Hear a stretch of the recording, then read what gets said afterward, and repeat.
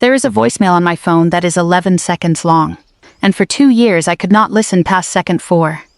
My father left it on a Tuesday in November, at 6:12 in the evening, which I know without checking, because I have looked at that screen more times than I have looked at my own face. Second one is him clearing his throat. Seconds 2 and 3, the sound of his kitchen, a chair leg scraping tile, the radio doing the weather for the bay. Then second 4, and my name. Ruthie. And that is where my thumb always moved, every time, for 2 years. Because I knew what a man sounds like when he is about to be gentle with you about something you deserve worse for. I built a 30-year career on hearing everything all the way to the end. Every ledger. Every lie. 11 seconds beat me. My father died in January. In April, my sister filed papers against me in the county probate court. The papers said I had abandoned him. They said I had manipulated a failing old man into changing his will from 3,000 miles away, and they asked the court to strike me from his estate entirely, and my sister told the whole town she was doing it for his dignity. She stood in a courtroom this past July and said I could not name one medication he took. She was right about that. She was right about more than that, and I want you to know it now, at the beginning, because this is not a story about an innocent woman. It is a story about an accurate one. To understand what happened in that courtroom, and why a man my sister hired to destroy me stood up in the middle of his own testimony and refused to continue, you have to go back to the first of the month. Any month. And a 9-year-old girl at a kitchen table, holding a pencil. My name is Ruth Calder. I am 54 years old, and until 2 years ago I was a captain in the United States Navy, which in the Navy is a rank 1 step below admiral, though nobody in my family ever asked what it meant. What they knew was this: Ruth does the books. 30 years, and that was the whole biography. Ruth left for the Navy at 22 and Ruth does the books somewhere. I let them keep it. I want to be honest about why, because the easy answer is that my work was sensitive, and some of it was, but the true answer has a second floor. The true answer is that the version of my career that fits at a kitchen table has to include where I was, all those years, which means it has to include where I was not. And where I was not, for the last 10 years of my father's life, was the town of Calder's Landing, Maryland, population 4,000, where a man with my last name got old on a dock at the end of Water Street. Let me tell you about the pencil first, because everything in this story runs through it. My father was a machinist's mate in the Navy from 1959 to 1963, and then an electrician on the civilian side for 40 years, and a fisherman every single morning God sent him. He raised 2 daughters alone after our mother passed in 2011, though by then we were grown. So what I mean is he stayed put and let us orbit him. And on the first of every month, my whole childhood, he sat me down at the kitchen table with the checkbook and a carpenter's pencil, the flat kind that will not roll away from you, and we reconciled the house accounts together. I was 9 the first time. He put his finger on the pencil and he said, "Numbers never lie to you, Ruthie. But you have to be patient enough to hear them out. People will quit listening 3 lines too early their whole lives." I have done the first of the month with a pencil every month since. I did it in a tent in Kuwait. I did it the night before I testified to a closed session of the United States Senate. I do not tell people that second part. I am telling you so you understand what kind of man taught me, and what kind of student I was, and why what my sister did was not just theft. It was done in his own house, in his own ledger, in front of the one witness she never counted. But I am ahead of myself. Here is what my family thinks I did for 30 years. Ruth does the books. Here is what I did. I spent 3 decades in the Navy Supply Corps, and the last 15 years of it in contract audit, which is the polite name for the people who follow defense money into dark rooms and write down what they find there. From 2016 to 2019, I led the team that unwound a shipbuilding contractor's billing scheme, invoice by invoice, $2.3 billion of it. And when it was over, I testified about it behind closed doors and received a medal I have never once hung on a wall. Along the way, I wrote the manual. I mean that literally. There is a green-bound training text on forensic tracing of federal funds that a certain kind of accountant learns their trade from, And the name on the spine is R. Calder, and my father never knew. And my sister never knew. And that is the way I built it. One omission at a time. And called it modesty. My sister Diane is 4 years younger than me and she stayed. I need you to hold that sentence with both hands. The way the court eventually had to. She stayed. When Dad's knees went, Diane drove him. His heart did its first stumble in 2021, and it was Diane who slept 4 nights in a chair at Anne Arundel Medical. And when the stairs finally got to be too much, she was the one who moved his bed down to the sunroom. And I know she did, because she sent me a photograph of it, and I looked at that photograph in an office 500 miles away and wrote her a check for the mattress. That was my instrument. The check. The transfer. The Sunday call at 4 o'clock, which I made faithfully, the way you service a debt. In 2022, his doctor suggested the family put a power of attorney in place, which is an ordinary and sensible document that lets someone you trust handle your money when you cannot. There are 2 names you can put on a paper like that. One daughter was a colonel equivalent in the Navy with a security clearance and 3 decades of financial command, and one daughter was a realtor 20 minutes away. And I am the one who said it should be Diane. I said it on speakerphone from a hotel outside Norfolk. I said, she is there, Dad. It should be somebody who is there. I have gone back over the recording of my own memory 100 times, and what I hear in my voice is a man setting down something heavy. I thanked her twice on that call. Twice. Generosity that costs you nothing is not generosity, and it bought me another year of not coming home. If you want to know where this story actually starts, it starts there, with me handing my sister the pen. Diane was good at it. At first, and I mean that without a shadow on it. Bills paid on time. A new ramp for the porch. A cleaning woman on Thursdays. Dad sounded settled on our Sunday calls. He talked about the water, mostly. He kept a tide log his whole life, a fat little notebook with rubber bands around it. 10 water temperatures and what was biting. A new notebook every 2 years, 40 of them on a shelf in the sunroom. And if you asked him a question about his health, he would answer you with the tide. Slack water. Ruthie, he would say. Nothing moving. Meaning I am tired, and we are not discussing it. The last time I saw my father alive was Thanksgiving of 2025. I flew in for 3 days. He was smaller. His hands, which had rewired half the county, worked a napkin through dinner like it was a problem he could not solve. Diane ran that table. The turkey, the pills in the little Wednesday box, the whole grammar of his days, and she ran it well. And twice I caught her watching me over the top of it all with an expression I could not read then and can read now. It was arithmetic. She was counting what I owed. There was one strange minute that weekend, and I did not know what to do with it for a long time. Saturday morning, early, I came down and Dad was alone at the kitchen table with his tide log open and the carpenter's pencil in his hand, and he was not writing tides. He was writing in the margin, small careful figures down the edge of the page the way you note a debt.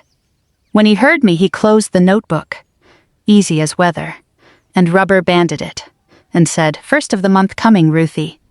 You still keep the books," I said always. He looked at me a beat too long, and then he said a thing I have carried since. "Everything gets counted," he said. "Even the things nobody says out loud." I thought he was being old and lovely. He was telling me where he kept the evidence. I flew out Monday. 11 days later, he left me a voicemail I could not finish. And 7 weeks after that, on the 9th of January, my father died in his sleep with the radio on, and I came home for the first funeral I had ever attended in my own family, because I had missed my mother's for a reason I have never said out loud in 20 years and am not going to say now. Some accounts stay open. At the funeral, Diane and I stood on opposite sides of the grave like the 2 banks of a river. She had done everything. The flowers, the music, the slideshow, and she had done it beautifully. And when I tried to split the costs, she looked at the check and did not take it, and said in front of 2 of his doc friends, "That is how you show up, isn't it?" Then she folded it into her coat anyway.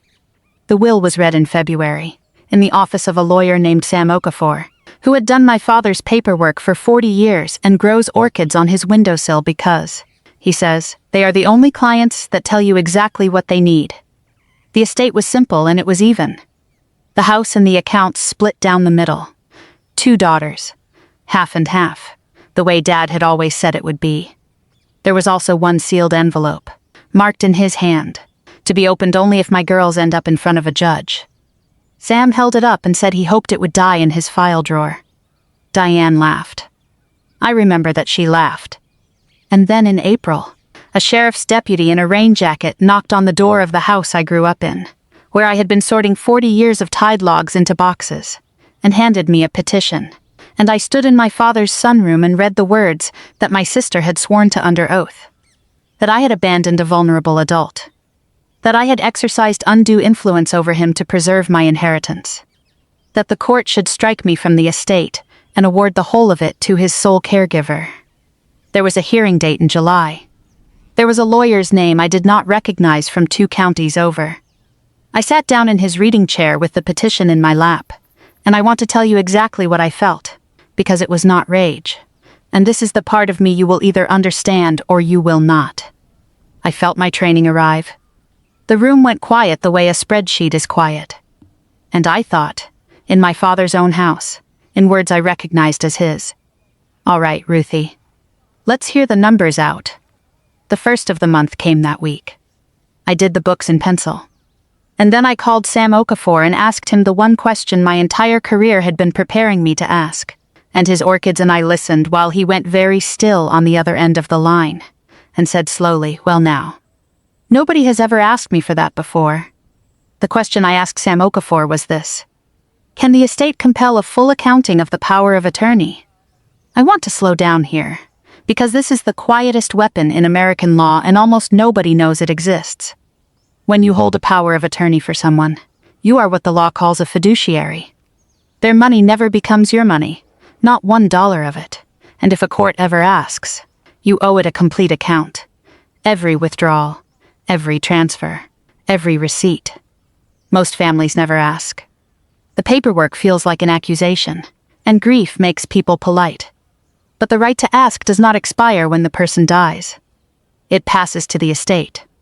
Sam was quiet on the phone for a long moment. Then he said, she filed first. You understand. The whole town is going to read this as the absent sister striking back. I said I understood.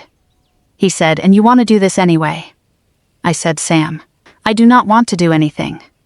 I want to see the books. There is a difference, and I have spent my whole life inside it. So in May, while my sister's petition called me an abandoner in paragraph 4 and a manipulator in paragraph 7, my answer to the court asked for exactly one thing.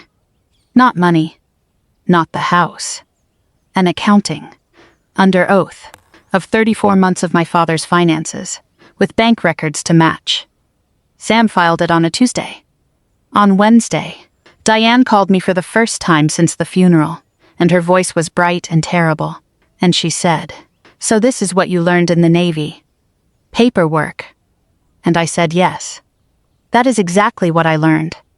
And she hung up, and I sat in the sunroom with the phone in my hand, listening to the quiet, understanding that I had just heard my sister discover she was in a fight she did not recognize. The subpoenas went to 2 banks and a brokerage. Records take weeks, so June was a long month, and Calder's Landing filled the time the way small towns do. Diane had lived there all her life. She sold half the town their houses.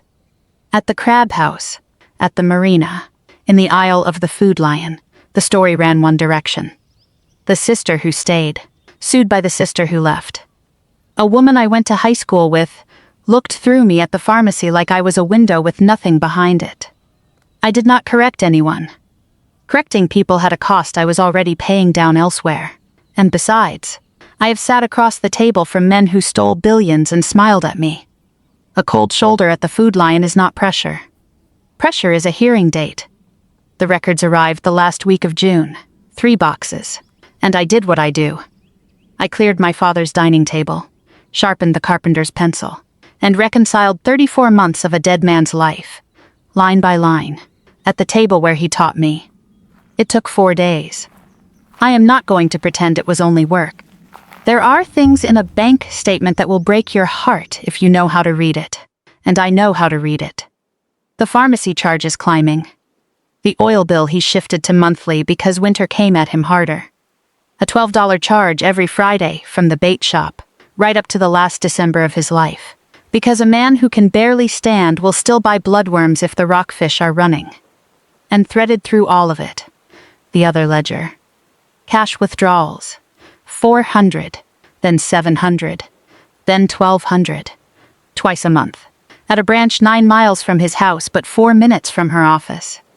Transfers to an account ending in 661. A check to a roofing company that, when I called it, had never heard of my father's address but had done a job on Sycamore Court, where Diane lives. It came when the pencil stopped, to $214,000 over 34 months. Plus my grandfather's coin collection, sold to a dealer in Annapolis for $31,000, in the spring of 2024. I sat back and set the pencil down parallel to the edge of the ledger, the way he taught me, and I stayed in his kitchen with that total in front of me until the refrigerator cycled twice. Then I got up and washed a cup that was already clean. There is a moment in every reconciliation when the numbers stop being numbers, and I had reached it at his table, in his chair, under his clock. My sister had not robbed a bank. She had leaned on an open door, $1,000 at a time, for almost 3 years, and told herself a story about wages. I know the story she told herself. I have to be honest and say I could almost write it. 10 years of driving him, dosing him, carrying him to the bathroom with her own back. Call it 40 hours a month, call it a modest wage, and the arithmetic almost works. Almost. Except a fiduciary does not get to pay herself in the dark. Except the balloon note on her office, $167,000, due in September, which surfaced in the public record with one search. The withdrawals did not track his needs. They tracked her deadlines. There was one more thing I found, and it is the one that took me out of the chair and down to the end of the dock in the dark. An education account, 509, that Dad had opened in 2015 for Cody, my sister's boy. 17 now, and the only person in this family who ever asks a question and waits all the way through the answer. That account had held $52,000 2 years ago. It held $9,000 now. She had not only paid her debts out of her father, she had paid them out of her son. Cody came by the house the Sunday before the hearing. He did not say why, and I did not ask. And we walked out on Dad's dock with sodas and did not mention the court date sitting between our two families like weather. He wants to study the ocean. He talked for 20 minutes about oxygen levels in the bay, about a buoy off Thomas Point that reports the water temperature every 6 minutes, and how his grandfather's tide logs are, and I am quoting a 17-year-old, actually a legit data set, 40 years of one man measuring one place. He said, somebody should do something with those. I said somebody would. He looked out at the water, and then he said the half sentence I did not have the heart to finish for him. He said, Mom says the college stuff is complicated right now, but... And then a boat went by, and he waved at it, because on the water everybody waves, and the sentence just ended there, in the wake. That was the breather, if you want to call it that. A boy, a dock, 40 notebooks of water temperature, and a sentence with no end. The hearing opened on a Tuesday in July, in a second-floor courtroom with 2 ceiling fans doing their slow arithmetic overhead. Judge Whitfield presided, 63, 20 years in probate, a voice with no weather in it at all. My sister came in a blue linen dress with her lawyer from 2 counties over, and behind their table sat a younger man in a gray suit with a document case and, stacked at his elbow, his working library. Court accountants bring their references the way carpenters bring levels. I noticed the spine of one of his books from 30 feet away, because you notice your own name, even upside down, even across a courtroom, even after a lifetime of keeping it small. Green cloth. Federal tracing. He had learned his trade from it. He had no idea. And I said nothing to anyone, and folded my hands, and waited, because I have learned that the truth is a tide. You do not argue with it. You read the log and you know when it turns. Diane testified first, and I am going to give her testimony to you straight. Because it deserves it. She was superb. No notes. She walked that courtroom through 10 years of care, the way you walk someone through your own house in the dark. The night in 2021 when his heart stumbled and she followed the ambulance in her socks. The Wednesday pillbox. The names of his medications. All 7. With dosages. The way he would only eat eggs if you called them fisherman's breakfast. She cried once. Briefly at the right moment. And I want to be careful here. Because the tears were not a performance. And that is exactly what made her dangerous. Every word of the love was true, and the love was the alibi. And then her lawyer asked her about me. She turned in the witness chair, and she looked at me for the first time in 6 months, and her voice did not rise at all. My sister abandoned this family for a desk and a per diem, she said. She flew in 3 days a year and mailed checks like we were a charity she supported. She cannot tell you one medication he took. I can name every pill. The courtroom did that thing rooms do, a small collective settling, everyone's weight shifting toward her side of the scale. I kept my hands folded on the table and looked at the wood grain in front of me, and under my thumb I could feel a groove some other defendant, some other year, had worried into the edge of it. Her lawyer let the quiet do its work, and then he asked about the money my filings had raised. Diane lifted her chin. Advances, she said, against a lifetime of unpaid work. Dad knew about everyone. And her thumb, on the rail of the witness box, found the cap of the pen she was holding, and clicked it twice. I had been watching my sister's hand since before she could write. I picked up my pencil, put one line on the legal pad, and turned it toward Sam. Ask her if he kept records. Sam rose for cross-examination, unhurried, 71 years old, a man who asks questions the way you water orchids. Mrs. Calder-Witt, he said, you testified your father approved every advance. Did he ever write any of that down? And my sister, who had answered everything all morning without blinking, hesitated for the first time. Her eyes went, fast, less than a second, to the exhibit table, where the contents of my father's sunroom shelf sat tagged and bound in rubber bands. 40 Tide logs. She looked away from them and said, Dad wasn't a paperwork person.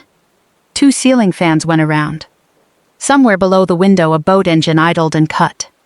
And Judge Whitfield made a note, and said without any weather at all, call your next witness. And the young man in the gray suit stood up, buttoned his jacket, gathered his files, and walked to the stand to be sworn, carrying my book under his arm. His name was Marcus Hale. And I want you to understand what he was doing in that courtroom, because my sister had paid him to be there. When an estate demands an accounting, the side that has to produce it will sometimes hire a forensic accountant of their own, a professional who can stand up under oath and explain to a judge why the numbers are not what they look like. That was his job. He had been given my filings weeks ago, my reconciliation of 34 months of my father's money. And his testimony was supposed to take it apart line by line and hand my sister back her story. He came to the stand with his files under one arm and his working library under the other, and he set the green book on the rail without looking at it, the way you set down a thing that has been part of your hand for 15 years. The clerk swore him in. He sat, unclipped a folder, and began the way experts begin. Name firm. Credentials. A voice like a man reading the ingredients off a can. Then Diane's lawyer asked him to turn to the respondent's reconciliation, the document he had been hired to dismantle, and Hale licked his thumb and turned to the cover page of my work, and stopped. The courtroom kept moving for another second or two without him, papers the fans, somebody's chair, and then it caught up to his stillness the way water catches up to a dropped anchor. He read the signature block again. I watched his eyes go from the page to the green book on the rail beside him and back to the page. Twice, like a man checking a figure he cannot make come out different. Your Honor, he said, and his voice had lost the ingredients off a can sound entirely. May I ask the court a question before I continue? Judge Whitfield looked up over her glasses. That would be unusual, Mr. Hale. He nodded slowly, still looking at the page. Yes, ma'am, he said. It would. Here is what was on that cover page, and I am only telling you now because he found it now. Every accounting I have ever filed in my life carries the same signature block, because 30 years of federal work makes some habits permanent. And the block reads, prepared by R. Calder, Captain, United States Navy, retired. 10 words. That was the entire disclosure, sitting in the case file for 6 weeks, and nobody on my sister's side had read past the numbers to the name, because nobody reads the name of a person they have already decided is nobody. The judge allowed his question. Hale turned in the witness chair, and he did not look at Diane's lawyer, who had hired him, and he did not look at the judge. He looked down the well of that courtroom at me, and he held up the green book, and the whole room turned to see what an expert witness holds up in the middle of his own testimony. Is the R. Calder who prepared this reconciliation? He asked the R. Calder who wrote this. And the room did not gasp. Courtrooms do not gasp. But I heard the court reporter's hand stop, which in that room is the same thing. I looked at the book I had written in a rented office in Crystal City over 2 winters. The book with the cracked spine and the yellow tabs sprouting out of it like weeds, and I gave the only answer that was true. Yes. What happened next took less than a minute, and I have thought about it for a year. Hale closed his folder. He squared it against the rail, set the green book on top of it, and folded his hands. And when he spoke again, it was to the judge. Quietly, the way you speak in a hospital. Your Honor, I need to withdraw as an expert in this matter. I learned forensic tracing from the text on this rail. Half the accountants in my field did. He paused, and his jaw worked once, and he finished it. I reviewed the respondent's reconciliation for 3 weeks looking for an error, and I did not find one, and I am not going to sit here and testify against the standard I practice by. Then he stood, buttoned his jacket, nodded once in my direction, the small nod you give across a hangar or a wardroom, and walked past his own client's table and out of the courtroom, and the doors side shut behind him. I want to tell you what my sister's table looked like in the quiet after those doors, because the reveal in this story was never really about me. Diane's lawyer had gone very still over his legal pad, and then he turned his head away from her, toward the windows, the way a man turns from a stove that has caught. And Diane, my sister, sat with the pen upright in her fist, and her thumb found the cap and clicked it, and clicked it, and clicked it, 6 times. 8, a small plastic heartbeat in a silent room, until she heard it herself and set the pen down flat on the table like it had burned her. Judge Whitfield let the room breathe for a moment. Then she did the thing judges do, which is proceed, because the machinery of the law does not stop for weather. She said that with the petitioner's expert withdrawn, the respondent's accounting stood before the court unrebutted, and she was going to read its conclusion into the record. She put on her glasses. She read the way she did everything. No rise and no fall. A voice like a printer. The accounting reflects transfers and withdrawals from the principal's funds, for the benefit of the agent, totaling $214,000 across 34 months, together with the proceeds of personal property sold in the amount of $31,000. She looked up. Counsel, does the petitioner dispute the arithmetic? And my sister stood up. Not her lawyer. Her out of turn, her chair scraping back, and the bailiff shifted his weight, and Diane said, in a voice I had not heard since she was 9 years old and caught, they were advances. He knew. Dad knew about every single one. You can ask. And then she stopped, because the person she was telling the court to ask was the person whose estate was suing her, and everyone in the room arrived at that fact at the same time, including her. Her lawyer put his hand on her arm. She sat down slowly, in stages, like the chair was further away than she remembered.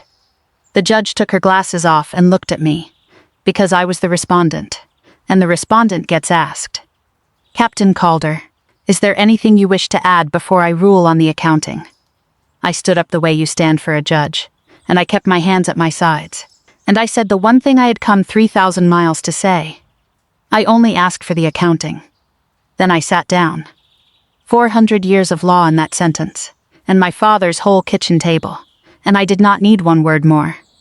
Judge Whitfield made a note, and the fans went around, and she said the court would rule on the accounting and on the petition together, and that before closing arguments there remained one item lodged with the estate that the decedent had directed be presented under exactly these circumstances.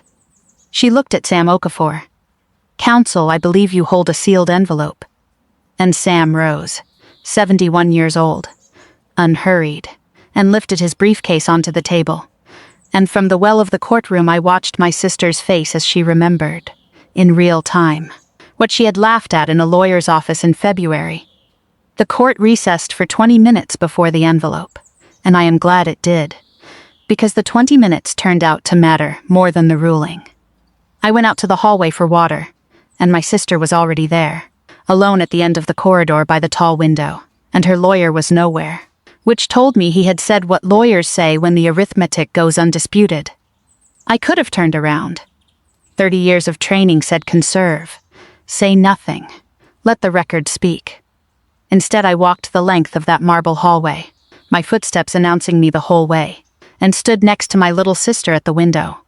And for a while we both looked down at the parking lot like it was the bay. She spoke first.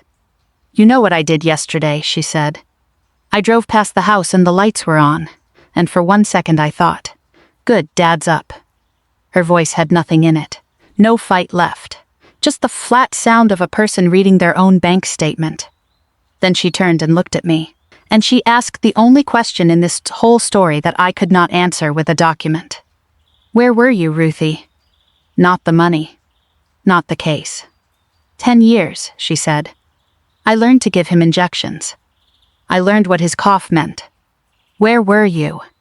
And I stood there, a captain, an expert, an author, with a green book and a spotless reconciliation and 30 years of finding the truth in other people's paper. And I said the truest thing I had. I do not have an accounting for that. I never kept one. I was afraid of what it would total. I want to stop the story here, the way I stopped in that hallway, because this is the part where you expect me to tell you she was wrong, and I am not going to. This is my channel and my story, and I have gone back and forth on this for a year, and here is where I have landed, and I am still not sure I am right. My sister committed a breach of trust. The law found it, the numbers proved it, and no amount of night shifts converts a fiduciary's funds into wages. That is not sentiment, that is the statute.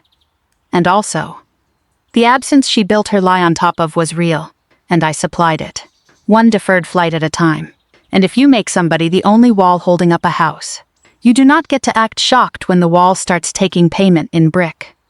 Both of those things are true at once. I have decided the measure of a grown person is how long they can hold two true things without dropping one to feel better, and most days I can do it. And some days, first of the month, pencil in my hand, I cannot. She did not apologize in that hallway. I want to be honest about that too, because in these videos the guilty party always breaks down on cue, and my sister is not a video. What she said was smaller and worse. She said he never told me he was writing it down. And there it was, the whole architecture of what she had done, visible in one sentence. Not, I did nothing wrong. Not even, I am sorry. Just, I did not know there was a witness. I looked at her for a long moment, at the gray coming in at her temples that I had missed arriving, and something in my chest reset the way an instrument resets. And I understood that I was done being angry and had been for a while, and that what was left was quieter and heavier and did not have a name in either of our vocabularies. The bailiff opened the courtroom doors. Down the hallway, Sam Okafor stood waiting with his briefcase. And inside that briefcase was an envelope our father had sealed while both of his daughters still thought they knew him, marked in carpenter's pencil, to be opened only if my girls end up in front of a judge. Diane straightened her blazer with both hands, the way she used to straighten her school uniform, and said more to the window than to me. He knew we would. And we walked back in together, 3 feet apart, to hear the last thing our father would ever say. Sam Okafor opened his briefcase the way he does everything, at his own speed, and lifted out a manila envelope with a rubber band around it and our father's carpenter's pencil printing across the front. And the courtroom went so quiet I could hear the second hand on the wall clock behind the bench. To be opened only if my girls end up in front of a judge. He read the line aloud for the record, slid a letter opener under the flap, And what came out first was not a letter.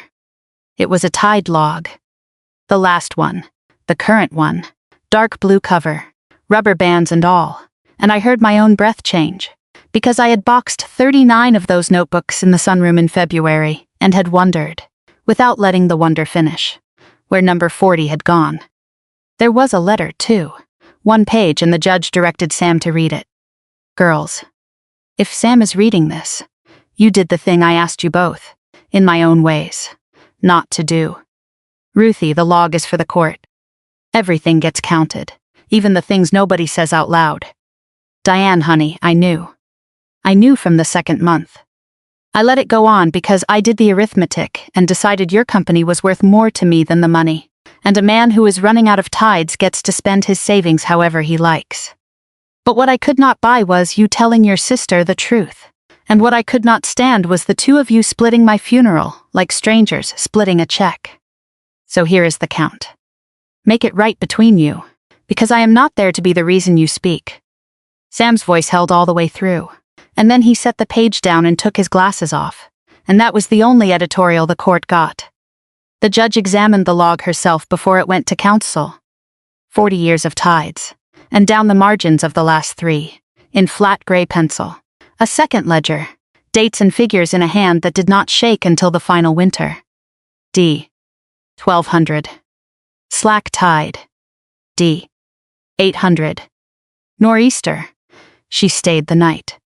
And on 1 page in March, the entry the whole case folded around, the word advance. Written out, with quotation marks around it, pressed so hard the pencil had grooved the 3 pages beneath. My father, spending 84 years learning how to say things without saying them, and getting it all into 1 pair of quotation marks. Diane did not click her pen while it was read. She sat with both hands flat on the table and her head down, and her shoulders moved the way water moves under a dock, and nobody in that courtroom looked away to spare her, and I think that was the correct mercy. He knew. That was the sentence taking her apart, not the court. He knew, and he stayed sweet to her anyway, every day, to the end. The ruling came 2 weeks later, on paper the way I prefer things. The petition against me was dismissed. The accounting was confirmed, and a judgment entered for the estate.